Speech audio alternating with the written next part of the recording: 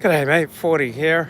So it's the day after the MAGA protesters stormed the Capitol Hill, took over the Senate and House chambers. They even went into House Speaker Nancy Pelosi's office. So crazy times, unprecedented times. I have so many thoughts, just a real jumble of thoughts. So let me run down them.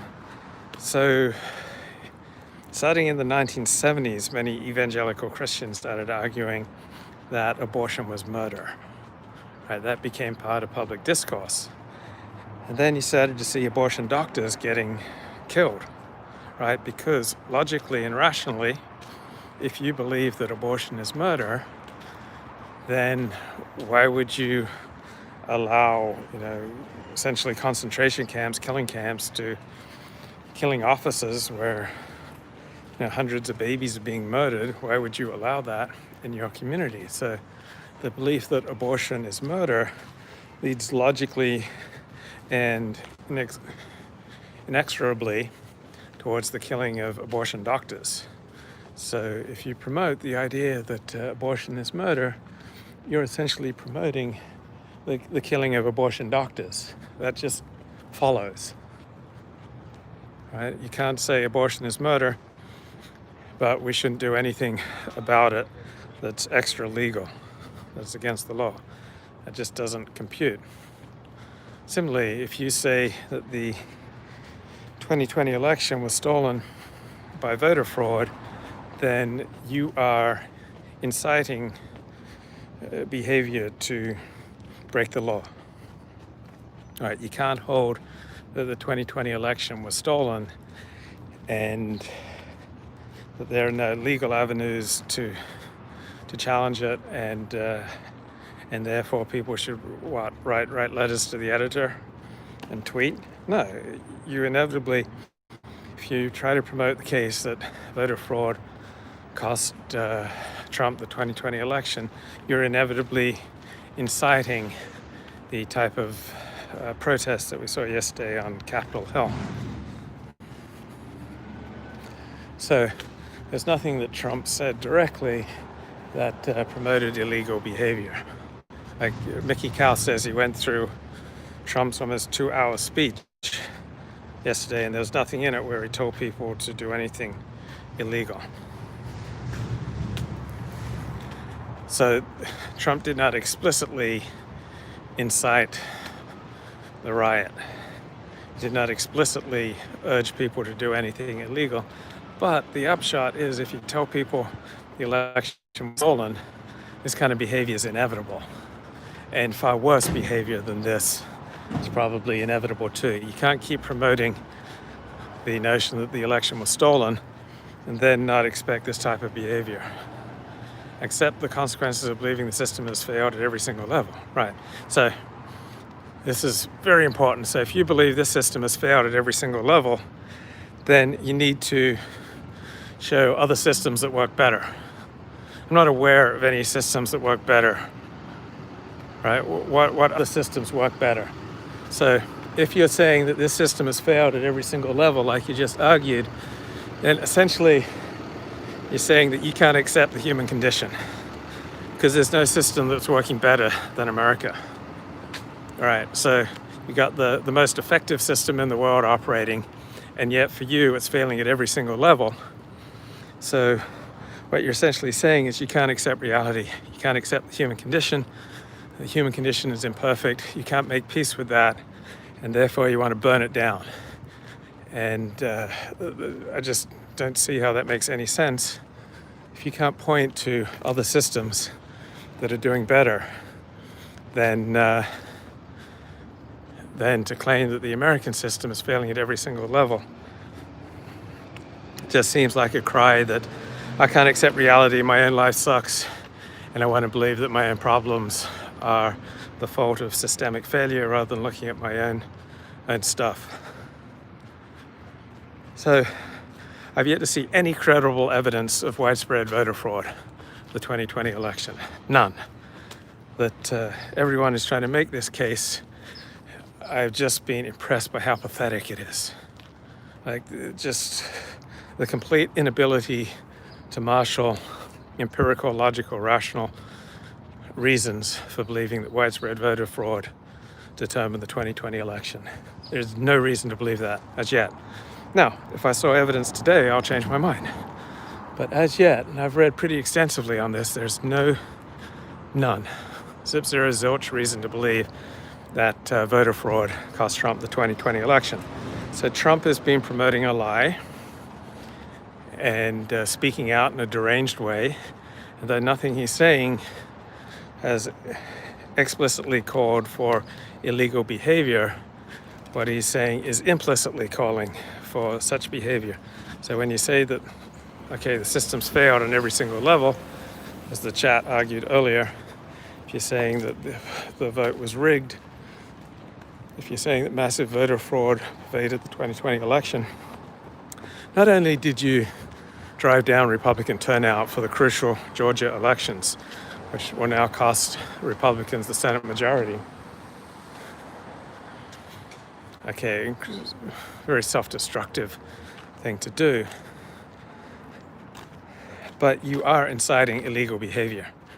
You can't claim the system is failing on every single level and not be explicitly calling for illegal behavior. And illegal behavior at this scale inevitably means that people will die.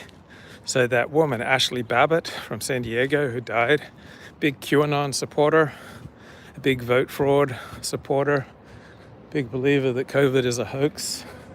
So she's completely fallen down the conspiracy theory rabbit hole. And she was clamoring. She wasn't just standing there. Right, first of all, if you commit trespassing on such valuable property, right, as Capitol Hill, you're putting your life in danger.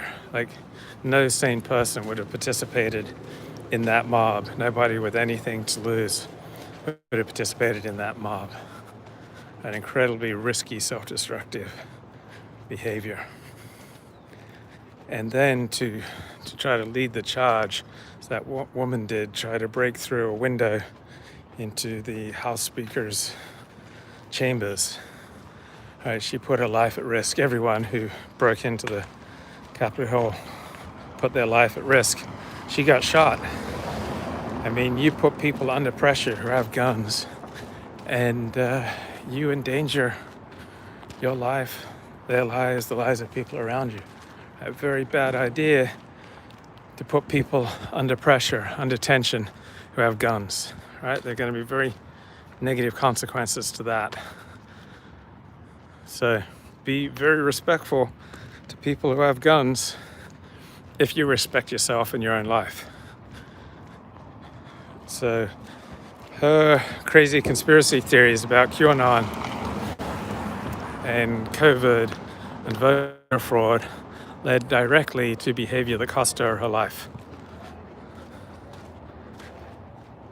So yeah, there are consequences for believing in lies, and there are consequences for promoting lies, such as promoting the lie of massive voter fraud costing Trump the 2020 election, promoting the lie that COVID's just a hoax, promoting the QAnon conspiracy type of thinking.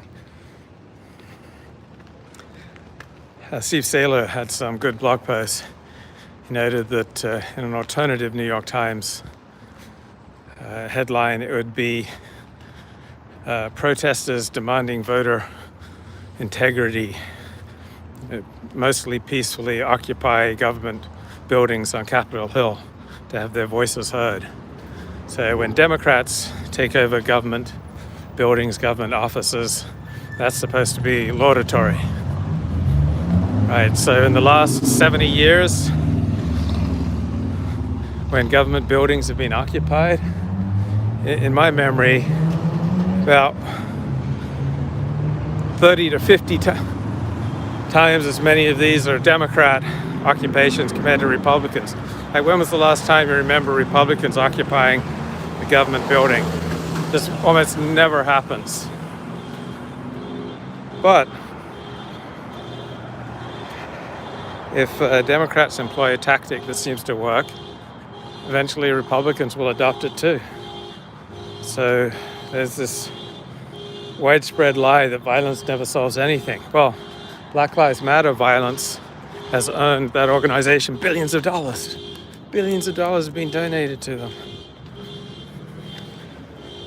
Right? Just insane amounts of money have been flowing to Black Lives Matter and related activist organizations based on lies. Black Lives Matter is based on a lie.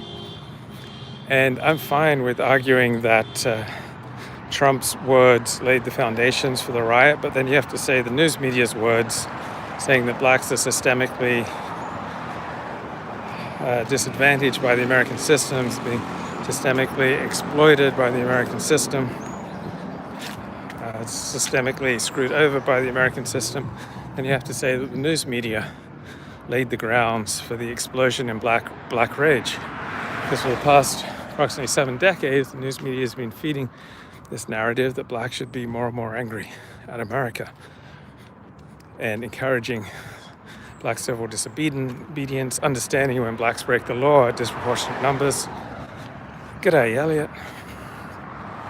So I'm fine if you want to hold Trump responsible for the illegal occupation of Capitol Hill yesterday, even though he never explicitly called for any illegal behavior. At the same time, you have to hold responsible the news media for fomenting, fostering, encouraging, developing, directing black rage over the past 7 decades, pushing the lie that blacks are systemically screwed over by the American system and that most of their problems are the fault of non-blacks and their evil racism.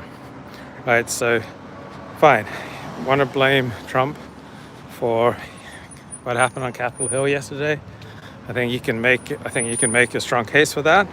But then we have to blame the media for the massive explosion in murders in America's 50 biggest cities since the summer of George. Right? The news media fomented the Black Lives Matter agitation. They encouraged blacks to get increasingly angry at America.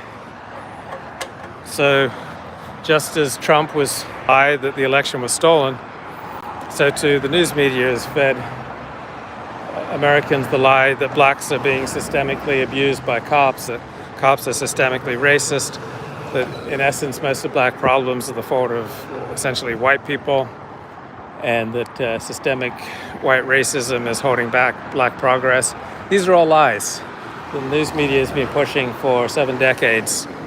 So does the news media have any responsibility for the tens of thousands of murders that have occurred as a result of the news media encouraging black rage?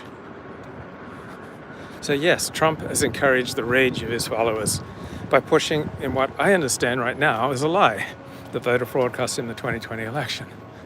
So if people believe that voter fraud cost Trump the 2020 election, it's inevitable that many of them will behave in illegal and antisocial ways, that they will try to lash back against the system.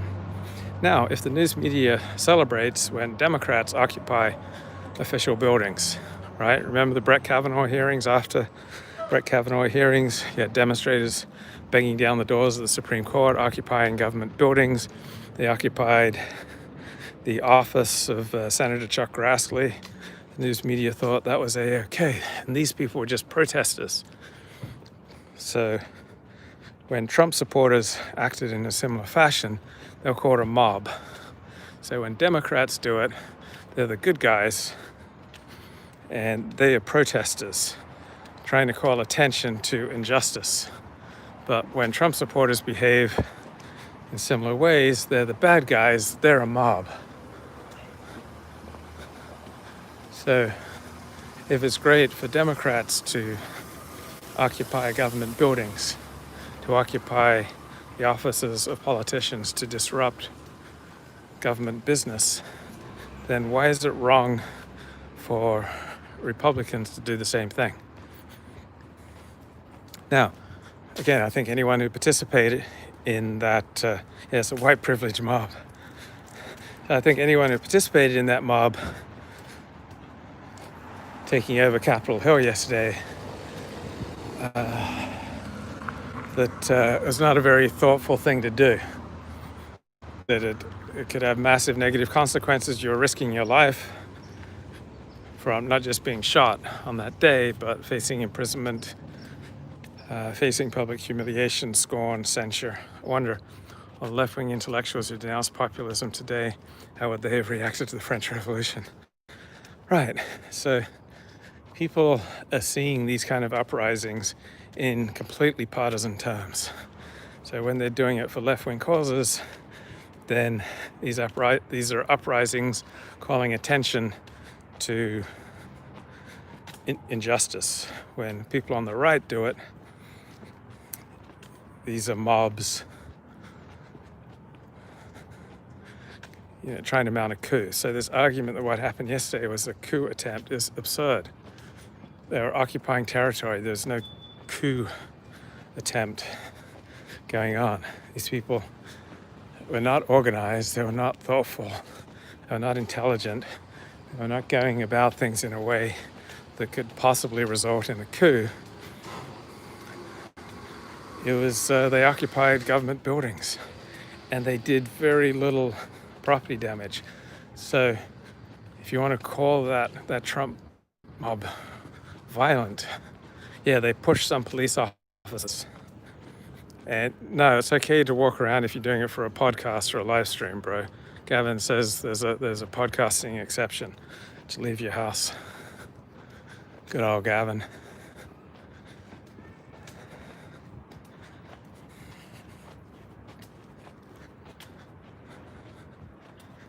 So I wonder if there are any doctors or lawyers who participated in that assault on Capitol Hill. The mob is seen positively in middle America. I think never go half-hearted when trying to do a coup. Either go all in or don't do it at all. This was not an attempt at a coup. It was nothing like that. It was a sit-in, essentially. Just like all those lefty radical students would occupy administration buildings in the 1960s and 70s. How's Northern Hobbs these days? He's fine. I think he's still doing his thing. And the chat says it's hard for a physician to participate in this sort of behavior because they will ruin your license. Well, yeah. No sane person who's thinking about his future well-being would have participated. And so if those who think about their future well-being don't participate, then you can be fairly sure that you're going to be around a lot of antisocial people. So you had people there, you had someone there with a Camp Auschwitz shirt, you had people there saying essentially that more Jews needed to be murdered.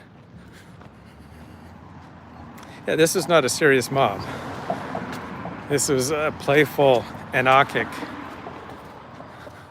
This is why we should give money to Baked Alaska. Let them bang, bro. Yeah, I wonder if Dr. Cantwell would have joined. Right, so it was a mob made up of dysfunctional and thoughtless people who believed in crazy conspiracy theories, including that massive voter fraud determined the results of the 2020 election. All right, it's a conspiracy theory with no evidence of which I'm aware. And when you believe in insane things, it is very likely to lead you to behave in an insane way. So these crazy beliefs have consequences. Things that go viral online are things that are unexpected, right, out of the normal, that are freakish. So when you get hooked into an online world where you get this adrenaline rush from looking at things that are abnormal and freakish and bizarre, you can start to develop an antisocial personality, right? Believing in conspiracy theories, it tends to absolve one of personal responsibility. You stop paying attention to your own well-being, and you've got this out. You can just believe that almost all your problems are the fault of a wider society that has failed on every level. So the chat said earlier, I agree that the people who stormed aren't top intellectuals, they're low IQ MAGA types, but I enjoy the attack on liberal democracy. Yeah, there have to be others that move half of Virginia. Yeah, so you can emotionally enjoy it. It was funny, and the mob didn't hurt anyone. They may have pushed a few policemen. The mob didn't hurt anyone. So there was a Capitol Hill policeman who shot that San Diego woman who was trying to bust through into a protected area. And when you engage in behavior like this mob, you are putting your well-being at risk. Right? There is going to be a pushback. Right? So if you wouldn't participate in something like this, and it means you're going to be, those who do participate will be participating with people who are incredibly toxic, incredibly antisocial, like that dude wearing the Camp Auschwitz t-shirt, and other people wearing t-shirts saying essentially Jews got off easy in World War II. Right? Those are the type of personalities you're going to be stuck with. And when you act, you have to think not just about your action, but what will be the consequences. Yeah, right-wing Twitter trying to turn that dead woman into the next Heather Heyer. Why shouldn't they participate if they have nothing to lose? Well, you may think you have nothing to lose, but very large segments of society have nothing to lose. That's just what you think until you lose it. Right? You don't know what you have until you lose it. So these people who think they have nothing to lose, they might be surprised how much that they do have to lose and that they will lose, right?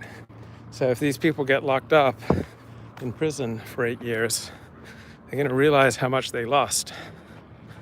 So anyone who thinks they have nothing to lose is out of touch with reality. You're delusional. Life can always get worse. Your situation can always get worse. You'll inevitably have all sorts of things to lose, and you're simply too stupid, too self-absorbed, too morally and psychologically sick to notice what you do have. There's no evidence that voter fraud cost Trump the election, none. And to believe in that, you need to mount some credible evidence for why you believe in it. Otherwise, you are just willfully deluding yourself and promoting a baseless conspiracy theory that causes people to act in antisocial, irrational, and socially toxic and self-destructive ways.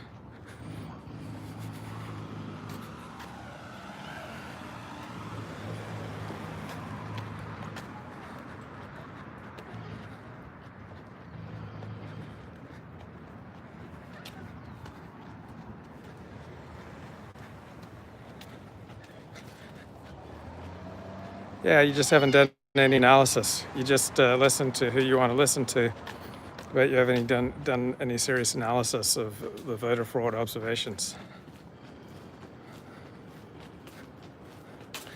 Poor Luke thinks on such a simple level. Wow, Colin, you've probably listened to over 1,000 hours of my live streams by your own account. I would not listen to the live streams of someone who is so far below me intellectually. All right, Colin, you keep telling us how you've got this 150 IQ, that you're so much smarter than I am, and yet you've watched 1,000 hours of my live streams. Why on earth would you do that? I mean, how insane is that? I rarely watch live streams, but I certainly would never watch the live streams of someone who I was so convinced that they were far intellectually inferior to me. Why would you do that? and why would it be so necessary? Every time Colin gets on here, it's really important for him to let everyone know that he is so much smarter than the host. I mean, I would never watch a live stream for someone less intelligent than me. But if I did, like, how deluded would I have to be to keep coming back and trying to say, oh, I'm so much smarter than the host. The host is so dumb. The host is an idiot. The host is a fraud. Well, why are you watching, bro? I would never do it. So, of course, the media coverage is incredibly distorted. I mean, to compare the coverage of the MAGA riots to the coverage of Black Lives Matter riots. So the coverage of Black Lives Matter riots is incredibly respectful, even adulatory. Like, we have to understand their pain. But doesn't seem like the news media is particularly interested in understanding the pain of Trump supporters.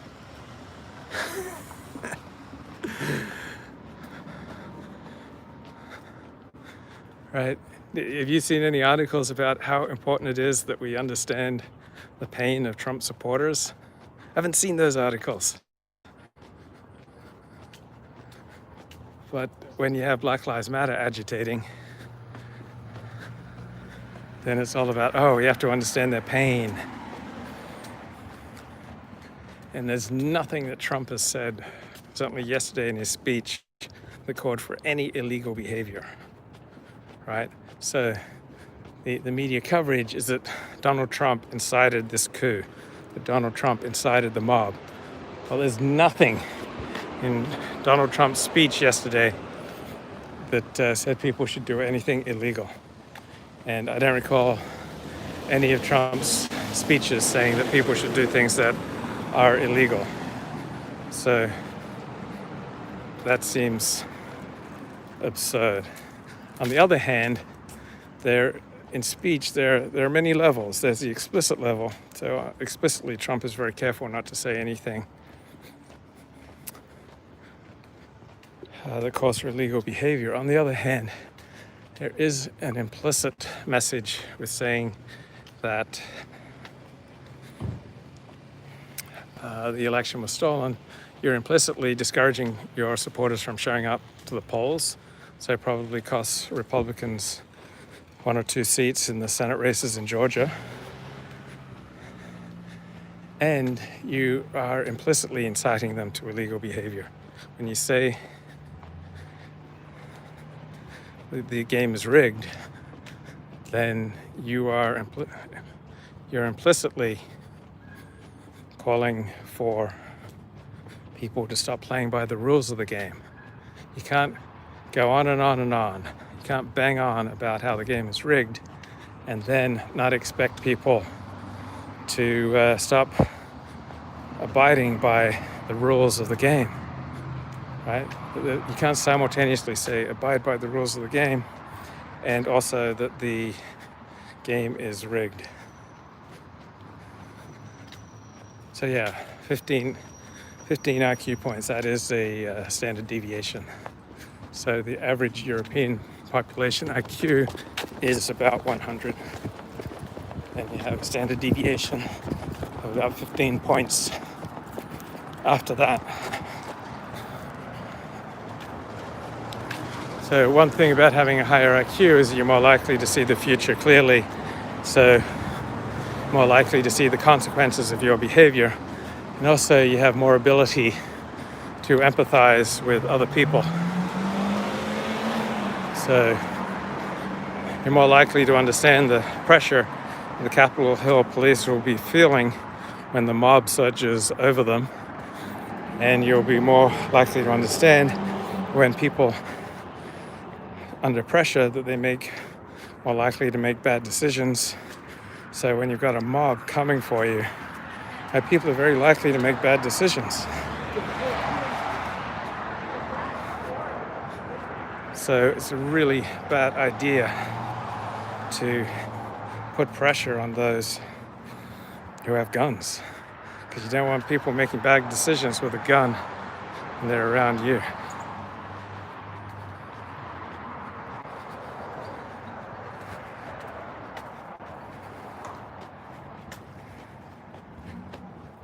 So you look at the news coverage of the MAGA riot on Capitol Hill, and you look at the news coverage of Black Lives Matter, or look at the news coverage when Democrats occupied the State House in Madison, Wisconsin, right? Was that back in 2011? And week after week, they're occupying the State House, disrupting the government's business. And the media coverage of that was very respectful.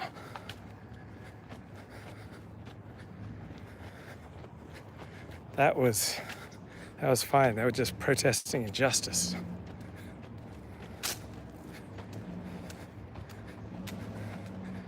So I thought the description of the mob as violent seemed dramatic, right? When Black Lives Matter and Antifa riot and people die, people get severely injured, there's all sorts of criminal behavior going on. That seemed much more violent than most of what these MAGA rioters did. That there was an implicit element of violence in the attack on Capitol Hill. I'm fine with them getting prosecuted to the extent of the law, as long as it's in line with what Antifa and Black Lives Matter have been prosecuted for doing, right? Yeah, there's zero capability for any kind of sustained armed conflict. This was not an armed coup. This was not an armed insurrection. Now, it could spiral. We see marches on other state houses. We could see an escalation. We could see right-wing terrorism. Like when you start feeding people the conspiracy theory that the world is rigged, the system is rigged, that the game is rigged against you, you're implicitly encouraging illegal behavior, self-destructive behavior, and antisocial behavior. If you say that society is rigged against you, then you're encouraging people to act out in a hostile way to society. So that's what Trump has done to his base. It's what Black Lives Matter and Antifa have done. Both sides, on the right and left, have encouraged segments of their less thoughtful following to believe that society is rigged against them.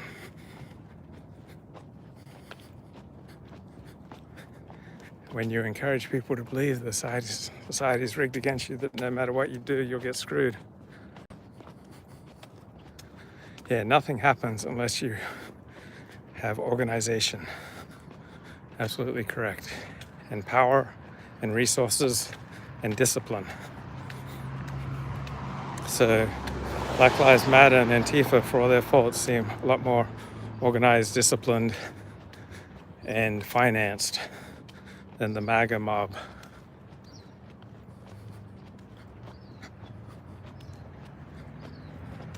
And if people want to argue that violence never works, well, violence has worked for Black Lives Matter and Antifa. They've gotten a lot of the things they wanted. They've gotten billions of dollars. They've gotten the love, adoration, respect, attention, compassion, understanding from the news media and from the elites and the people with money and power, precisely through their use of violence. So you can't have one side carrying on with violent, illegal behavior, occupying government buildings, not expect that there won't be some kind of backlash where the other side finally starts to imitate your tactics and perhaps take things to the next level. Right? If you kick one guy in the shin, you can't be surprised when he kicks you in the balls or punches you in the face and knocks you out. You may think, oh, this is an unjustified escalation, but that's the way things work in the real world. So